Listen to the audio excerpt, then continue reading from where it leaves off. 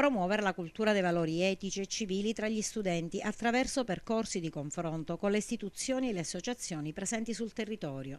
Questo è l'obiettivo del progetto titolato Le vie della legalità, promosso dall'Istituto Niccolò Gallo di Agrigento, diretto da Gina Casà, che stamane è giunto a conclusione con un incontro dibattito in cattedra numerosi esponenti della società civile. Il progetto La via della legalità ha come obiettivo primario quello di far introiettare agli alunni un'educazione ai valori e all'etica del vivere sociale e civile.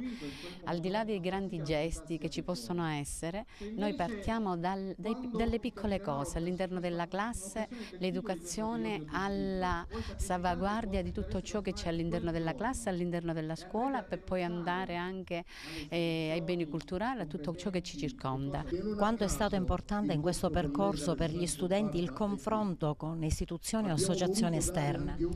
Sì, importantissimo, in quanto i ragazzi hanno potuto e hanno saputo introiettare tutti i veicoli esterni alla scuola. Un momento di confronto con i giovani sui temi della legalità molto diffusi e di cui spesso si parla, ma il messaggio diretto che deve arrivare qual è?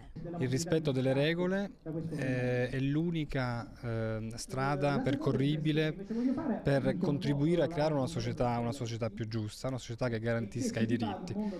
E il rispetto delle regole significa essere consapevoli di avere dei diritti inviolabili che nessuno può calpestare e che però a questi diritti corrispondono altrettanti doveri che devono essere rispettati affinché la società possa progredire e possa essere più giusta. Il ruolo del sindacalismo siciliano nella lotta contro la mafia è un ruolo forte e antico, diciamo, no? Ha lunghe e robuste tradizioni. Oggi dobbiamo attualizzare questa lotta alla mafia e di come ognuno di noi può dare un contributo. Questo è stato il senso del messaggio che oggi qui abbiamo fatto, in un percorso veramente molto bello. Io ho trovato molto emozionante partecipare a questo momento di oggi.